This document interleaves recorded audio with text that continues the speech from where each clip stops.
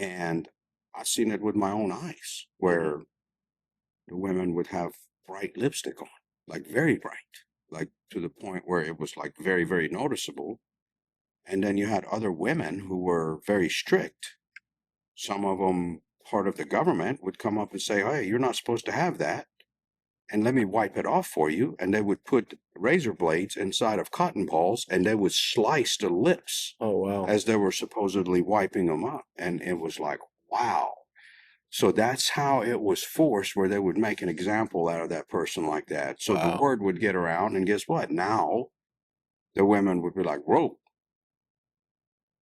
So that's the kind of enforcement that took place. That's crazy. So it was kind of like, okay, don't wear it. You're not being modest. But then as time went along, it became almost so aggressive. Mm-hmm. And then as time went along, it just became more and more aggressive, because naturally, when you have people living in a certain lifestyle, they're going to rebel. Yeah. They may not rebel totally. They may test the waters, so to say.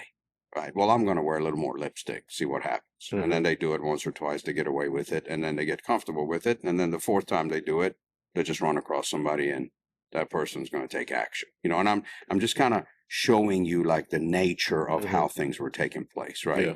Yeah. And it may have been in certain areas that were more strict than in other areas. Yeah. Right. And even to this day, it's like that. You may be in certain parts of the country where, they're more strict than other parts of the country. It depends on the size, depending on,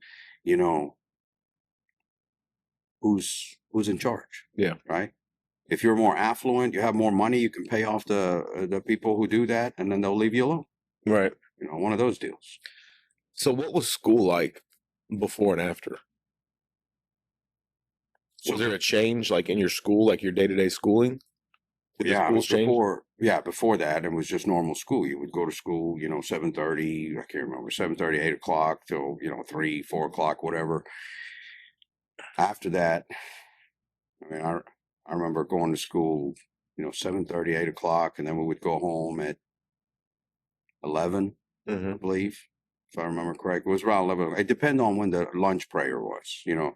Iran is a majority Shia state.